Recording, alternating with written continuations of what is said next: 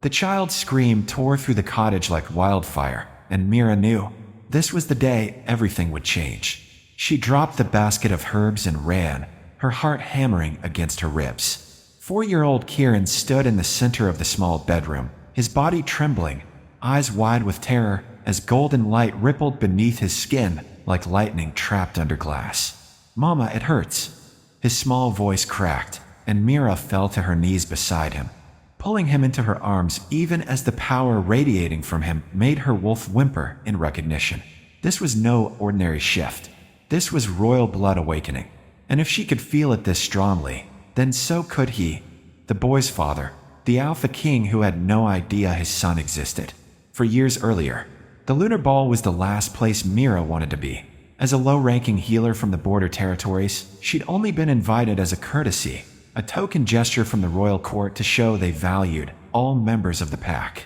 She stood at the edge of the grand ballroom, drowning in silk and jewels, and the overwhelming scent of powerful wolves marking their territory through presence alone. "You look like you're planning an escape route." The voice was warm, amused, and came from directly beside her. Mira turned and forgot how to breathe. He was beautiful in the way dangerous things often are. Dark hair that curled slightly at his collar, eyes the color of molten amber, a face carved with the kind of authority that made lesser wolves bare their throats on instinct. But it was his smile that undid her, something genuine beneath the practiced charm. "Is it that obvious?" she managed. Painfully, he extended a hand. "Dance with me. I promise the evening will be more bearable with an ally." She should have recognized him. Would have, if she'd been paying attention to anything beyond the kindness in his eyes.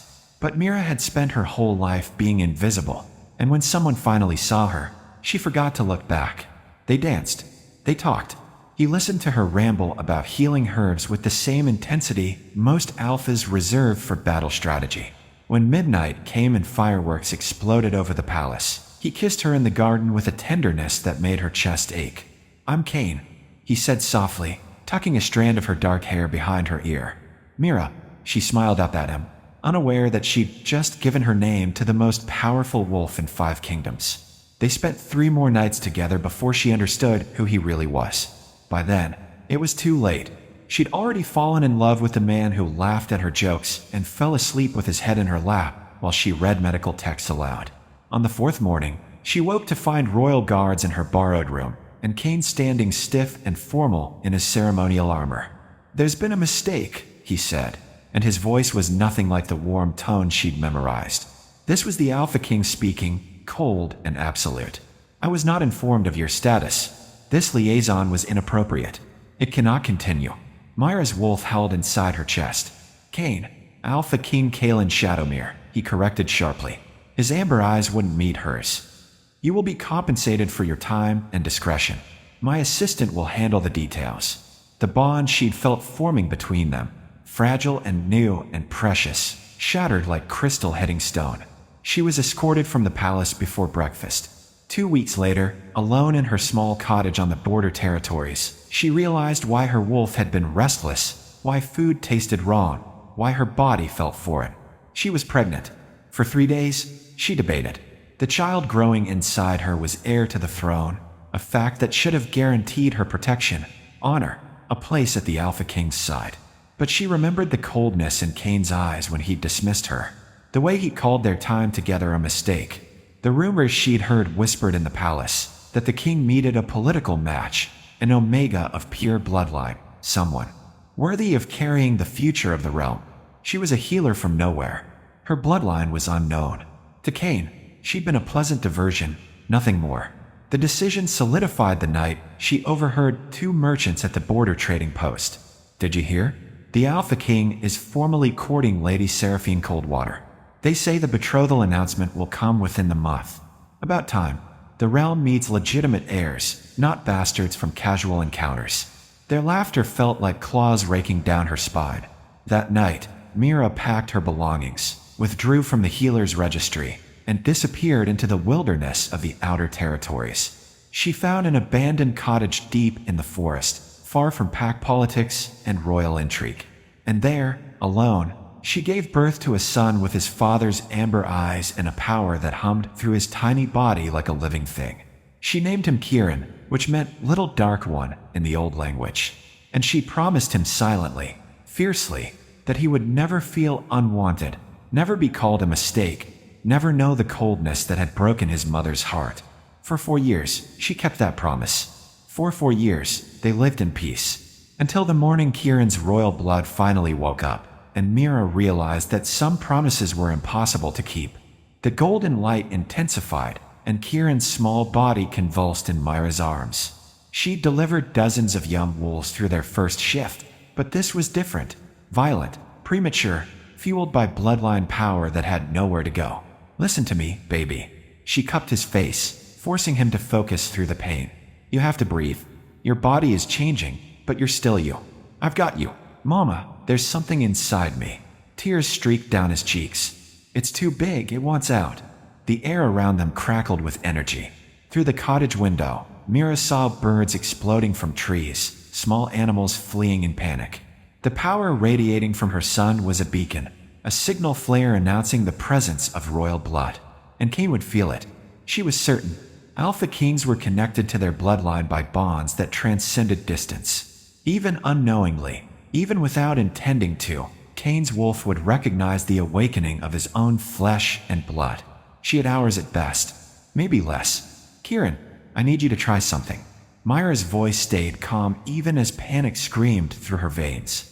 Remember the meditation we practice? The quiet place inside where you go when you're scared. The boy nodded, his small chest heaving. Go there now. Take the big feeling with you. Don't push it away. That makes it fight harder. Just wrap it in the quiet. Can you try? It took 20 agonizing minutes, but gradually, the golden light dimmed. Kieran's breathing steadied. The crushing presence of power eased into something manageable. When he finally sagged against her, exhausted, Mira held him and tried not to shake. What was that? He whispered. Your wolf, she said softly. It's waking up earlier than it should. You're special, baby. So special. Like a prince in the stories. Her throat closed. Yes, like a prince. That afternoon, while Kieran slept off the exhaustion, Mira stood at her window and watched the forest, waiting. Her wolf paced restlessly, torn between the urge to run and the need to protect her child. She was still standing there when she felt it, a powerful presence approaching through the trees, moving with predatory grace and absolute purpose. Her heart stopped. She knew that presence the way she knew her own heartbeat. Mira grabbed the knife she kept for harvesting herbs, a laughable defense against an alpha king, but her hands needed something to hold. She stepped outside as the figure emerged from the tree line. Kane looked exactly as she remembered, except harder somehow, like the 4 years had carved away anything soft. He wore traveling clothes instead of his usual formal attire, and his amber eyes scanned the cottage with an intensity that made her wolf want to bare her throat in submission. When his gaze finally landed on her, the world tilted. You, he breathed. I've been searching for the source of that power signature, and you're alive. The assumption in those words, that she might not be, sent ice through her veins. I'm alive, she confirmed flatly. And you're trespassing. These are neutral territories. I felt. He moved closer, and she forced herself not to retreat. 4 years ago, you vanished. No forwarding location, no record of where you'd gone. I thought. He stopped, jaw tightening. The power I felt today, that's coming from this cottage. From you. You need to leave. Her voice didn't shake. Small victories. Mira, what's going on? That kind of power surge, that's royal bloodline awakening.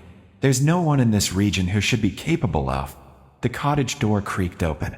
They both turned as Kieran appeared in the doorway, small and sleep-rumpled, rubbing his eyes. Mama? I heard voices. The boy looked at Kane, and Kane looked at the boy, and Mira watched the exact moment the Alpha King's world shattered. Kieran had his father's eyes. The same distinctive amber shade that marked the Shadowmere bloodline. The same tilt to his jaw, the same curl pattern in his dark hair. There was no mistaking it. Inside, Kieran, Mira said quietly. Now. But Mama, now. The boy's lip trembled, but he obeyed, disappearing back into the cottage. Mira turned to face Kane, lifting her chin even as her heart tried to beat its way out of her chest. Kane's face had gone white. How old is he? That's none of your concern. How? Oh, 4. He just turned 4. The math was simple, brutal, undeniable. You were pregnant." Kane's voice emerged as something between wonder and accusation. "When you left the palace, you were pregnant with my child." "I was pregnant with my child," Mira corrected sharply. "You made your position very clear. I was inappropriate. A mistake. Compensation for my discretion, remember?" He flinched as if she'd struck him. "You don't understand." "I understand perfectly. You needed someone suitable. Someone worthy of carrying the future of the realm." She threw his court's words back at him like weapons. "I was a casual encounter. Nothing more." "Who told you that?" His voice dropped dangerously low. "Does it matter? You never came looking for me. You got engaged to Lady Seraphine within the month. A political arrangement that fell apart within weeks when I couldn't." He stopped, closing his eyes. "This isn't how this conversation should go. Mira, I have a son." "No." The word came out fierce and final. "You have a throne and a kingdom and a reputation. I have a son. He's mine. He's safe here, he's happy, and you don't get to disrupt that just because." The cottage door opened again. Kieran stood there, and this time his little face was set with determination. "Are you my papa?" The question hung in the air like a suspended blade. Kane dropped to one knee, putting himself at eye level with the small boy. Mira saw his hands tremble before he clenched them into fists. "What's your name?" "Kieran." The boy stepped forward despite Mira's warning sound. "Mama said my papa was important and far away." "Are you far away?" "You don't look far away now." Something cracked in Kane's carefully controlled expression. "Kieran, that's a good strong name. I'm strong too. Today I made light come out of my hands and Mama said that means I'm special." Kieran studied Kane with the unsettling directness of young children. "You have my eyes. Mama said I got them from someone else. Was it you?" "Yes." Kane's voice broke on the word.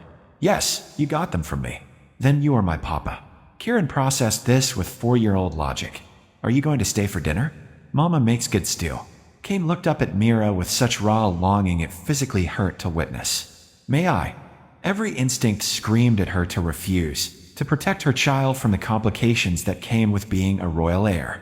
But Kieran was looking at his father with hope written across his small face, and Mira realized she'd been lying to herself for 4 years. She hadn't kept Kieran's secret to protect him from rejection. She'd kept him secret because she was the one who couldn't survive being rejected again. "One dinner," she said quietly. "Then we talk." Without him present, the meal was surreal. Kieran chattered through the entire thing, telling Kane about the animals in the forest, the herds he was learning to identify, the way he could feel the moon even during the day. Kane listened with an intensity that suggested he was memorizing every word, every gesture, every detail of the sun he'd never known existed. When Kieran finally fell asleep on the rug by the fire, Kane carried him to bed with a gentleness that made Mira's throat tight. She waited until they were outside, under the stars, before she let herself speak. "Why didn't you come looking for me?" Kane stood at the edge of her small garden, his powerful frame rigid. "I did. The morning after I sent you away, I went back to your room. You were gone. I spent weeks tracking you, but you'd vanished completely. I thought." He turned to face her, and in the moonlight she saw the rawness beneath his control. "I thought you decided to leave, that I'd hurt you too badly. You did hurt me. I know." He moved closer. "Mira, that morning I wasn't. I received word that Lady Seraphine's father was threatening to withdraw his military support if I didn't formally court his daughter. The kingdom was still recovering from my predecessor's corruption. We were vulnerable. I thought I had to choose between personal happiness and my people's safety. So you chose your people. I understand that, Kane. What I don't understand is why you call me inappropriate. Why you treated what we had like it was shameful. Because the council was threatening to brand you as an opportunist who'd seduced the king for status." His voice turned savage. "They were already drafting accusations, prepared to destroy your reputation to protect mine. I thought if I dismissed you publicly, coldly, they'd believe you meant nothing and leave you alone. I thought I was protecting you." Mira closed her eyes. "Instead, you convinced me I meant nothing. The greatest mistake of my life." He was close now, close enough that she could feel his warmth. "Seraphine and I lasted 3 weeks before I broke the arrangement. I couldn't bond with her, couldn't pretend, couldn't stop thinking about a healer who read medical texts for bedtime stories and laughed at my terrible jokes. The council was furious, but I didn't care. I told them I'd rule alone before I'd bind myself to someone I didn't love. You loved me. The words emerged as barely a whisper. I still do. Kane reached for her hand, and when she didn't pull away, his fingers threaded through hers. I've spent 4 years making the kingdom secure enough that I could choose my own path. For years building alliances that don't require political marriages. For years searching for you in every crowd, every face, every report that crossed my desk. I have a child, Kane. Your child. This isn't just about us anymore. I know. He squeezed her hand gently. And I can't undo the 4 years I missed. Can't change the fact that you raised him alone while I sat on a throne I didn't deserve. But Mira, I'm asking, let me try. Let me know him. Let me be his father, if you'll allow it. He's going to shift early. Mira forced herself to address the practical reality. His bloodline is too powerful. That awakening today was just the beginning. He'll need training, guidance from someone who understands royal wolf blood. Then I'll teach him. Kane's voice was steady. And I'll teach him that his mother is the strongest person I've ever known. That she protected him when I wasn't there to do it myself. That she's a better parent than I'll probably ever be. But I'm going to spend the rest of my life trying. The council won't accept him. Or me. The council accepts what I tell them to accept. The Alpha King's authority bled through his words. I've spent 4 years restructuring our laws. The regulations about bloodline purity? Abolished. The requirement for council approval of royal partnerships? Rescinded. I rule the kingdom, Mira, and I'm done letting ancient prejudices dictate my life. She wanted to believe him. Wanted to let herself fall into the hope spreading through her chest like dawn light. If we do this, she said slowly, we do it on my terms. I won't be paraded around as a reclaimed lover or a convenient mother for your heir. Kieran and I are a package. You don't get one without the other. I don't want one without the other. Kane raised her hand to his lips, pressing a kiss to her knuckles. I want everything, Mira. The healer who saw past my crown. The mother who raised my son to be kind and curious and brave. The woman I fell in love with in 3 days and never stopped loving. You're asking me to trust you again. I'm asking you to let me earn your trust again. He corrected gently. However long it takes. Mira looked back at the cottage, at the home she'd built from nothing, at the life she'd created through sheer determination. Then she looked at Kane, at the father her son deserved to know, at the man she'd never quite managed to stop loving. 1 month, she said finally. You can visit, spend time with Kieran, prove you're serious about this. After that, we'll talk about the future. The smile that broke across Kane's face was pure sunlight. 1 month. I'll take it. 3 months later, Mira stood in the palace garden, watching Kieran race across the lawn in his wolf form. A small golden pup with amber eyes, finally mastering the shift his father had been patiently teaching him to control. Kane appeared beside her, sliding an arm around her waist. He's getting faster. He's showing off because the council is watching. She leaned into her mate's warmth. The bond between them had been completed last week in a quiet ceremony that had nothing to do with politics and everything to do with love. Let him show off. He's earned it. Kane pressed a kiss to her temple.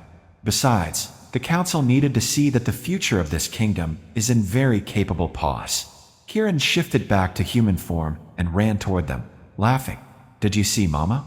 Did you see how fast I was? Mira caught him up in her arms. I saw, baby.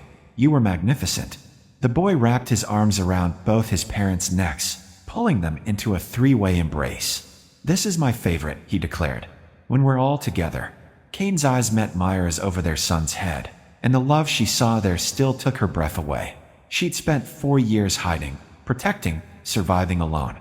Now she stood in a palace garden, surrounded by family, and understood that some stories that start with heartbreak can end with belonging. Mine too, she whispered, holding them both tight. This is my favorite, too. Please like, subscribe and share.